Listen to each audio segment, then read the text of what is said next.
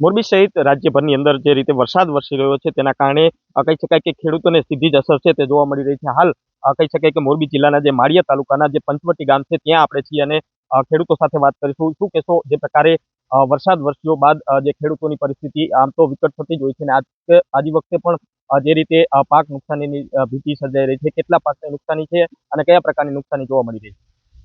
નુકસાનીનો તો કોઈ અમે અંદાજિત આંકડો નથી દઈ શકતા, એટલી બધી નુકસાની છે.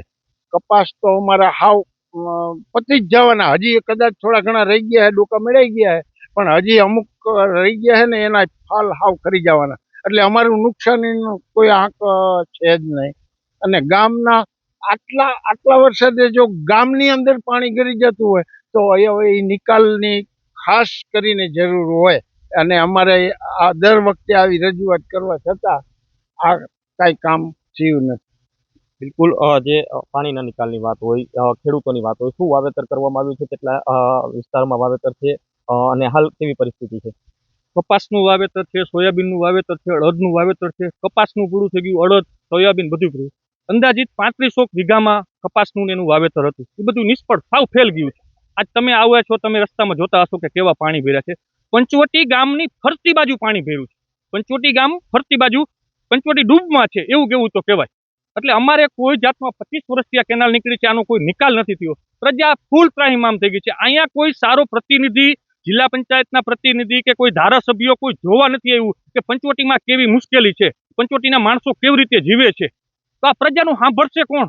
હવે તમે ભગવાન પાસે એવી અપેક્ષા કરી કે આ ભગવાન આ નેતાઓને સદબુદ્ધિ દે અને અમારું કોઈ સાંભળે એવું કંઈક સારો પ્રતિનિધિ આવે અહીંયા. બિલકુલ, એક તરફ કુદરતનો માર, બીજી તરફ જે ખેડૂતનો ઊભો પાક છે તે નુકસાની રીતે છે. કોંગ્રેસના પ્રમુખ છે આપણી સાથે. શું કહેશો, જે પ્રકારે પંચવટી સહિત જે માળિયા તાલુકાની પરિસ્થિતિ હાલ કેવી પ્રકારની? અત્યારે પંચવટીને ખીરેની આપણે પરિસ્થિતિ જોઈ શકો છો. તમામ જમીન અત્યારે પાણીના ડૂબમાં છે. અત્યારે હોડકાલીન આવવાની જરૂર છે. વાહન તો હાલી શકે એવી કોઈ પોઝિશન નથી.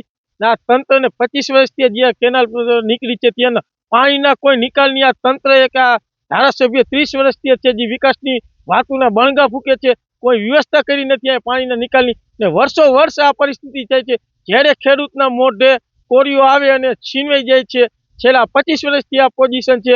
હું અત્યારે આ તંત્રને કહેવા માંગુ છું કે તાત્કાલિકના ધોરણે આ ગામનો સર્વે કરવામાં આવે અને યોગ્ય વળતર દેવામાં આવે.